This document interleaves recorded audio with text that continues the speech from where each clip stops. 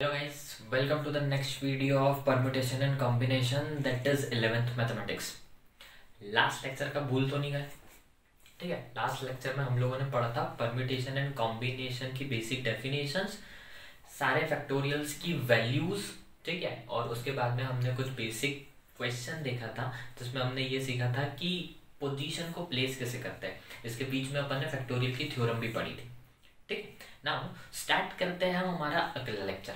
ठीक है, तो अगले क्वेश्चन से, नए क्वेश्चन से स्टार्ट करते हैं। एक क्वेश्चन हमने कंप्लीट कर लिया था, नाउ सेकंड क्वेश्चन। मैं क्वेश्चन रीड आउट कर रहा हूँ, आप लोग नोट कर लेना। See the question is how many 3 digits even numbers, I repeat, how many 3-digit even number can be formed from the digits 1 2 3 4 5 6? 1 2 3 4 5 6 in 6 digits को use करके हमको बनाना है कितने even numbers if the digits can be repeated. मतलब यहाँ पर repetition allowed है। उसने क्या बोला है, ध्यान से सुनना। उसने बोला है कि इन 6 डिजिट्स को यूज करके हम लोग बनाएंगे इवन नंबर्स। कितने डिजिट का? 3 डिजिट इवन नंबर्स। ठीक है, उसने बोला है हमको 3 डिजिट इवन नंबर बनाना है। अब सुनना ध्यान से, what is a even number? Even number वो होता है जिसके लास्ट पोजीशन पर 0 2 4 6 8 आता है। जो 2 से डिविजिबल नंबर्स होते हैं, आखिरी पोजीशन पे अगर वो आता है तो उसको इवन नंबर बोलते हैं। नाउ इस केस में देखो, इस केस में हमारा 3 डिजिट का नंबर इवन कब कहलाएगा? जब उसकी लास्ट पोजीशन पे क्या हो, या तो 2 या तो 4 या तो 6, क्योंकि मेरे पास यूज करने के लिए सिर्फ यही अवेलेबल है ना। 1 2 3 4 6 में 5 6 में से नहीं देख सकता हूँ। ठीक है, तो यहाँ पर अपने पास इवन नंबर कहलाने के क्या तरीके की, लास्ट पोजीशन पे, यदि लास्ट पोजीशन मतलब यूनिट्स प्लेस पे या तो 2 आ जाए, या तो 4 आ जाए, या तो 6 आ जाए। ठीक है, तो नाउ सी लास्ट पोजीशन को मेरे फिल करने के लिए मेरे पास कितने ऑप्शंस अवेलेबल है? 3, या तो 2 या तो 4 या तो 6। तो लास्ट पोजीशन को फिल करने के कितने ऑप्शन अवेलेबल? 3। ठीक है, अब उसने बोला है रिपीटेशन तो अलाउड है, मतलब जो तुमने यूज कर लिया है उसको बार बार यूज कर सकते हो। तो देखो, फर्स्ट पोजीशन को फिल करने के लिए कितने ऑप्शंस अवेलेबल? तुम्हारे पास कितने डिजिट्स अवेलेबल है? 6। तो फर्स्ट पोजीशन को फिल करने के 6 तरीके हैं। अब रिपीटेशन अलाउड है तो दूसरी पोजीशन को भी फिल करने के कितने तरीके? 6। तीसरे में तो कंडीशन हमने रेस्ट्रिक्शन लगा दी कि भैया हमको इवन नंबर्स ही चाहिए, नहीं तो अगर कोई रेस्ट्रिक्शन नहीं होती तो यहाँ पे भी 6 तरीके होते हैं। ठीक है, ये आ गया। बस आए हुए तरीकों को आपस में कर दो multiply. 6 into 6 into 3 that is 108 ways. ठीक है, क्लियर है? नोट कर लो। ठीक है, अब अगला क्वेश्चन करते हैं अपन इसके बाद। Now the next question is how many 4-letter code words are possible using the first 10 letters of English alphabet if no letter can be repeated? देखो क्या बोला है, इंग्लिश अल्फाबेट के फर्स्ट 10 लेटर्स को यूज करना है। तो मैं फर्स्ट 10 लेटर्स लिखता, पहले देखते हैं ABCD किसको किसको याद है अभी तक। ठीक है, ABCDEF G, सॉरी ये तो मेरे को ही नहीं याद है, GHI और यहाँ हो गया J। ठीक है, ये फर्स्ट 10 लेटर्स को यूज करके मेरे को 4 लेटर का कोड बनाना है। तो मैंने यहाँ पे बनाई 4 पोजीशन, 1 2 3 4। अब उसने कंडीशन ये बोली है कि इन 4 लेटर कोड में कोई भी लेटर रिपीट नहीं होना चाहिए। That means repetition is not at all allowed here.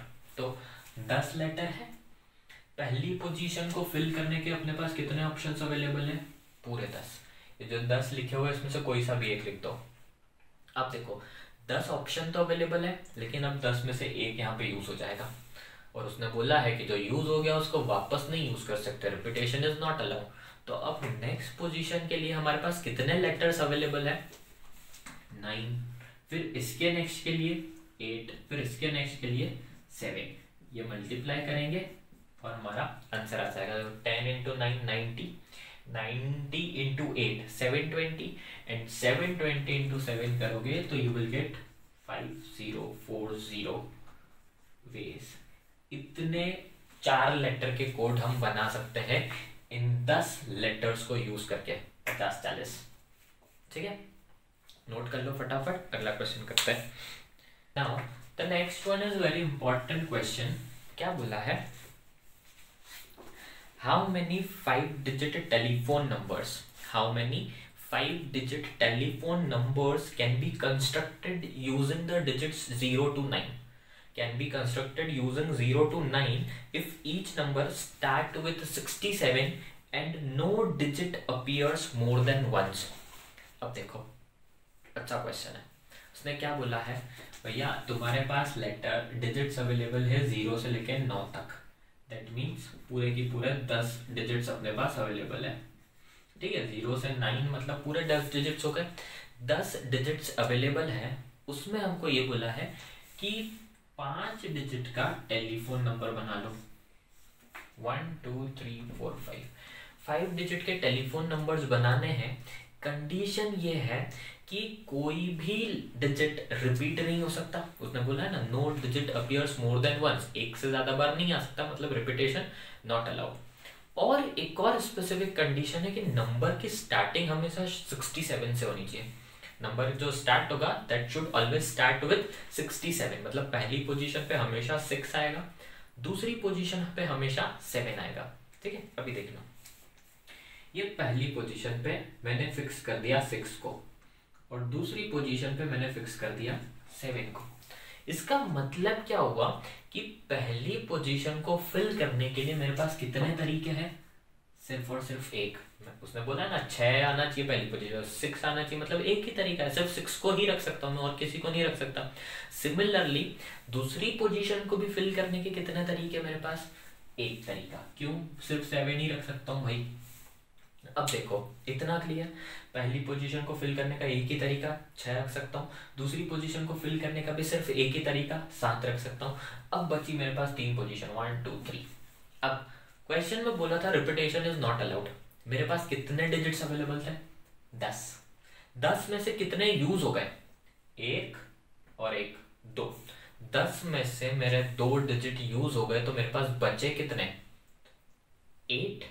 अब 8 डिजिट्स मेरे पास अवेलेबल है, मतलब थर्ड पोजीशन को फिल करने के कितने ऑप्शंस मेरे पास अवेलेबल है, 8। फिर 8 में से एक यहाँ पे यूज हो गया, रिपीटेशन तो अलाउड है ही नहीं, तो यहाँ पर 8। फिर इस पोजीशन के लिए options available are 7 and for this position तो अवेलेबल ऑप्शंस आर 6। तो your answer will be 1 into 1 into 8 into 7 into 6। तो आंसर आएगा 1 into 1 into 8, ये हो गया 8 6 56 into 6, that means 336 ways। इतने 5 डिजिट के नंबर्स में बना सकता हूं जो 0 से 9 को यूज करेंगे, स्टार्ट होंगे 67 से और रिपीटेशन नहीं होगा। ठीक है, इसको अच्छे से नोट कर लो और फिर अगला क्वेश्चन करते हैं। ठीक है, now the next question is a coin is tossed 3 times and the outcomes are recorded, how many possible outcomes are there। एक कॉइन है, 3 बार उछाला, 3 बार उछालने के बाद उसके आउटकम्स को नोट किया गया। उसने बोला कि how many possible outcomes are there. ठीक है, अब ये डायरेक्ट चीज है कि भैया देखो, अगर तुम कॉइन को उछालते हो तो अगर तुम एक कॉइन को टॉस करते हो तो क्या क्या ऑप्शंस अवेलेबल है, या तो हेड आएगा या तो टेल आएगा। अब ये मत बोलना कि सिक्का खड़ा रह जाएगा, ठीक है, वो ऑप्शन हम नहीं लेता है। ठीक है, या तो हेड आएगा या तो टेल आएगा, मतलब एक बार जब मैं कॉइन को टॉस करूंगा then there are 2 possible outcomes. ठीक है, अब सेकेंड टाइम में जब कॉइन को टॉस करूंगा तो ऐसा जरूरी है क्या भाई कि पीछे वाले पे डिपेंड करेगा कि भैया नहीं फर्स्ट बार में हेड आ गया तो अगली बार में हेड नहीं आ सकता, या फिर फर्स्ट बार में टेल आया तो दूसरी बार में भी टेल ही आएगा। ऐसा कुछ जरूरी है क्या, टोटका करा हुआ है क्या, कुछ जादू मंत्र करा हुआ है क्या, नहीं ना। अगर पहली बार में हेड या टेल कुछ भी आ सकता है तो दूसरी बार में भी हेड या टेल कुछ भी आ सकता है, डिपेंडेंसी थोड़ी ना। मतलब यहाँ पर रिपीटेशन अलाउड है। अगर पहली बार में हेड आया है तो दूसरी बार में भी हेड आ सकता है और नहीं भी आ सकता है। तो अभी देखो, जब मैंने पहली बार कॉइन को टॉस करा तो कितने ऑप्शंस अवेलेबल, 2, या तो हेड आ जाए या तो टेल आ जाए। जब मैंने दूसरी बार कॉइन को टॉस किया फिर 2 ऑप्शंस अवेलेबल, या तो हेड आ जाए या तो टेल आ जाए। और जब मैंने तीसरी बार कॉइन को टॉस करा, then again I have two options available कि या तो हेड आ जाए या तो टेल आ जाए। तो अभी देखो 2 into 2 that means total there are 8 outcomes when we are going to toss a coin 3 times।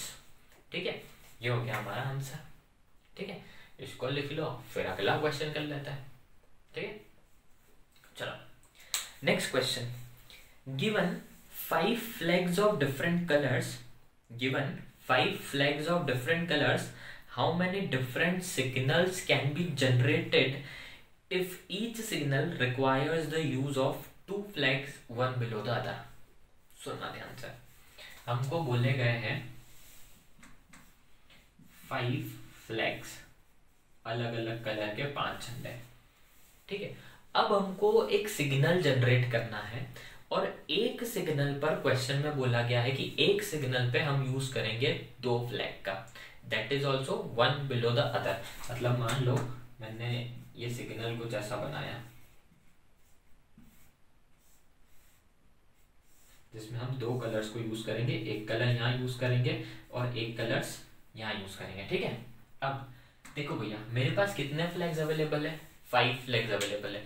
अब क्वेश्चन में नहीं बोला कि यहाँ पे कि रिपीटेशन अलाउड है कि नहीं अलाउड है, लेकिन सोचो अगर मैंने जो कलर यहाँ यूज कर लिया, अगर वही कलर मैं यहाँ पर भी यूज कर लूँ तो क्या मेरा सिग्नल 2 कलर का बचेगा? वो तो सेम ही कलर का हो गया ना, यहाँ पे भी वही कलर और यहाँ पे भी वही कलर। लेकिन कंडीशन तो स्पेसिफाई बोल के रखी ना कि एक सिग्नल में तुम 2 कलर यूज करना है तुमने। ठीक है, तो देखो जब मैं पहले जो सिग्नल में जब मैं पहला कलर फिल करूंगा, पहला फ्लैग डालूंगा, तो मेरे पास कितने ऑप्शन अवेलेबल है? 5। पहले के लिए तो मैं 5 में से कोई सा भी डाल सकता हूँ ना, तो पहले के लिए कितने ऑप्शन अवेलेबल है? 5। लेकिन जब मैं ये दूसरी पोजीशन पर आऊंगा तो देखो 5 में से एक यहाँ पे यूज हो गया, तो वो वाला नीचे यूज नहीं हो सकता, तो नीचे के लिए कितने ऑप्शंस अवेलेबल है अपने पास? 4। तो हमारे पास आंसर आ जाएगा 5 into 4 that is 20 signals can be generated. 20 signal हम बना सकते हैं 5 फ्लैग को यूज करके, जबकि एक सिग्नल में 2 फ्लैग्स का यूज होगा 1 बिलो दी अदर।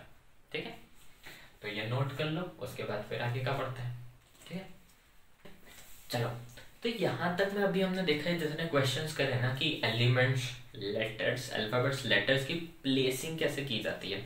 ठीक है, now next we have to learn कि फैक्टोरियल्स के कैलकुलेशन किस तरीके से किए जाते हैं। फैक्टोरियल सीखा है ना, तो फैक्टोरियल पे बेस्ड कुछ कैलकुलेशन से किस तरीके से किए जाते हैं वो हम देखते हैं। ठीक है, क्वेश्चन लिखते हैं, इवेल्युएट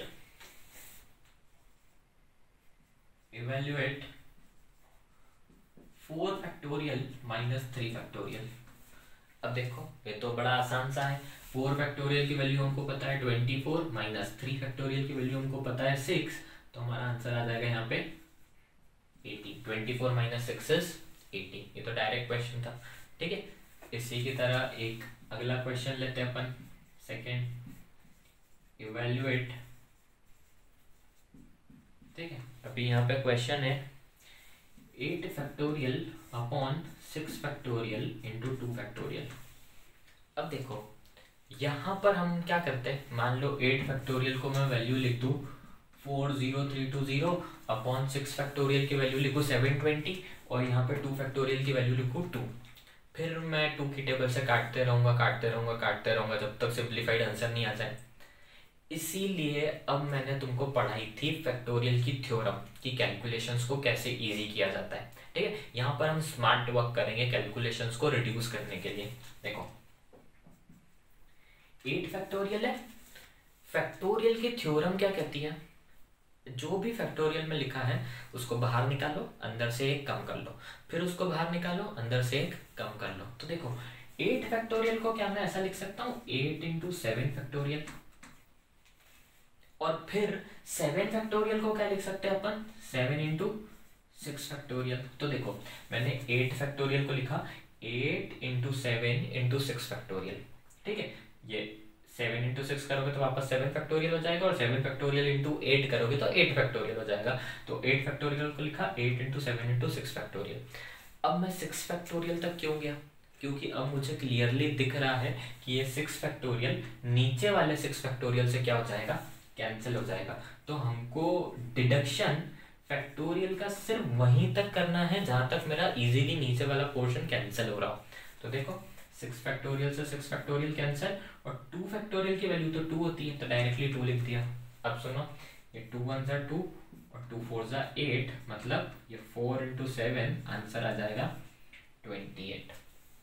ठीक है, 8 फैक्टोरियल को लिखा था 8 इंटू 7 इंटू 6 फैक्टोरियल, अपॉन का 6 फैक्टोरियल कैंसिल, 2 फैक्टोरियल की वैल्यू 2, 2 से 8 कैंसिल तो आया 4, 4 7 ज़ा 28। This is the final answer. दोनों क्वेश्चन नोट कर लो, आगे की कैलकुलेशन करते हैं। चलो पढ़े नेक्स्ट क्वेश्चन। ठीक है, स्टार्ट करते हैं। क्वेश्चन है, if 1/6 factorial plus 1/7 factorial is equals to x/8 factorial, find x। 1/6 factorial plus 1/7 factorial is equals to x/8 factorial. तो अपने को किसकी वैल्यू निकालनी है, x की वैल्यू निकालनी है। अब सुनना ध्यान से, सबसे पहले मेरी कोशिश रहेगी कि एलसीएम को सेम किया जाए, क्योंकि विदाउट एलसीएम को सेम किए मैं कैलकुलेशंस नहीं कर सकता। अब देखो यहाँ पे सबसे बड़ा टर्म क्या है, 8 फैक्टोरियल, तो मैं इधर भी इन दोनों में भी चाहूंगा कि मैं क्या बना लूं, 8 factorial.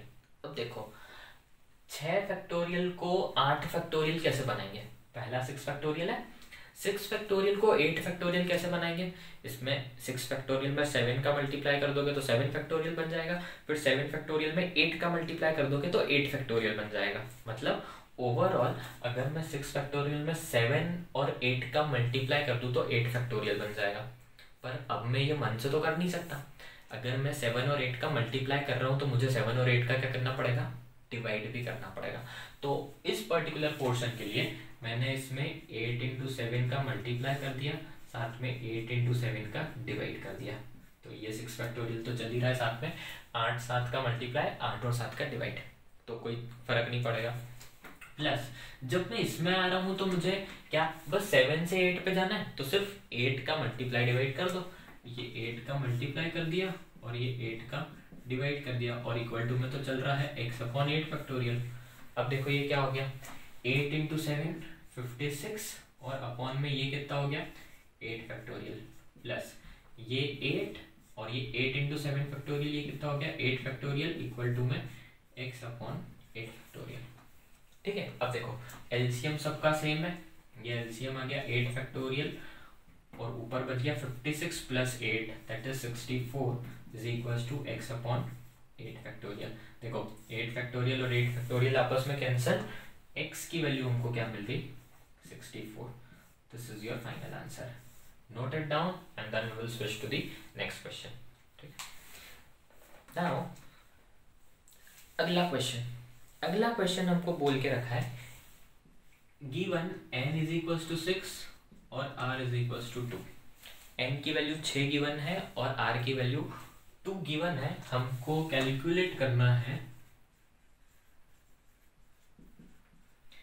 n factorial upon n minus r factorial, n factorial upon n minus r factorial. अब देखो n की वैल्यू 6 है तो 6 factorial upon n minus r की वैल्यू 2 है तो ये n minus r factorial, that means 6 factorial upon 4 factorial.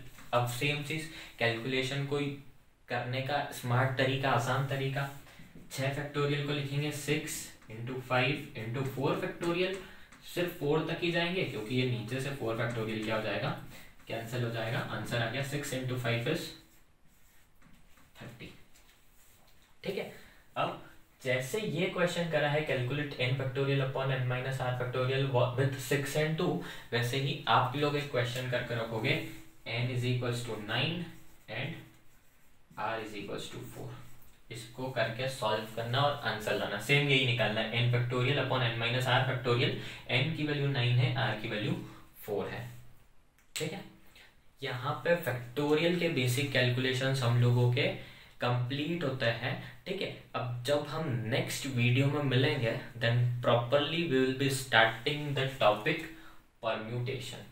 हमने बेसिक एजेंडास पढ़ लिए, कि कैसे एलिमेंट्स की प्लेसिंग होती है, कैसे ही रिपीटेशन नॉन रिपीटेशन को डील किया जाता है, कैसे लेटर्स को प्लेस किया जाता है, रेस्ट्रिक्शंस को कैसे समझा जाता है, वो सब पढ़ लिया हमने। फैक्टोरियल्स के कैलकुलेशंस देख ली कि फैक्टोरियल को कैसे सॉल्व किया जाता है, फैक्टोरियल की थ्योरम को कैसे अप्लाई करके कैलकुलेशन को इजी करा जाता है, ये सब देख लिया। मतलब हमारा बेसिक्स इस चैप्टर का कंप्लीट हो गया।